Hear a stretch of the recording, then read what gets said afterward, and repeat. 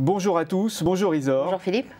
Les marchés financiers semblent connaître un retour au calme. Alors on le voit bien sûr parce que le CAC 40 est positif sur une semaine, mais aussi tout simplement parce que les volumes se sont réduits, tout comme la volatilité. Et pourtant, le sommet franco-allemand Merkel-Sarkozy n'a rien donné de vraiment concret. Alors Isor, peut-on parler d'optimisme, et je mets ce mot entre guillemets, ou de sortie de tunnel? Alors sortie de tunnel, c'est peut-être un petit peu exagéré puisque comme vous l'avez dit, il n'y a pas eu de mesures concrètes prises lors de ce sommet.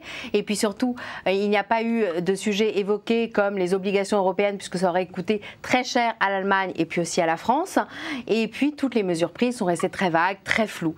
Par contre, ce que les investisseurs ont apprécié, c'est l'entente franco-allemande puisque quand il y a entente, quand il y a union, il y a beaucoup plus de chances de résoudre les crises puisqu'on peut enfin trouver une solution. Donc c'est un peu la lumière qui arrive. Finalement, ce sommet a été quand même très positif pour les marchés. Alors positif pour les marchés, un petit peu le retour au calme comme vous l'avez dit, mais enfin il n'y a quand même pas eu d'euphorie.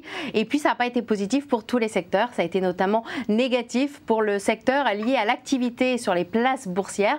On le voit avec les contre-performances de NYSE Euronext ou encore de la Deutsche Börse qui ont fortement chuté le jour de l'annonce. Alors ce secteur a été pénalisé par la perspective d'une taxe sur les transactions financières. Ça faisait un certain temps qu'on en parlait, que c'était évoqué, mais là ça... Vous allez parler de la taxe Tobin. Voilà, mais là ça devient vraiment du concret. Et on réduit à l'Europe. Réduit à l'Europe, donc on a peur en fait qu'il y ait un petit peu une fuite de ces transactions parce que ça risquerait de réduire un petit peu l'activité sur les transactions financières. Bon, en fait, c'est un micro-secteur. Les autres valeurs sont arrivées pour beaucoup d'investisseurs à des cours planchers, donc les investisseurs retrouvent de l'appétit. Merci Isor, merci à vous de nous suivre et on se retrouve pour un prochain Un fait, une valeur.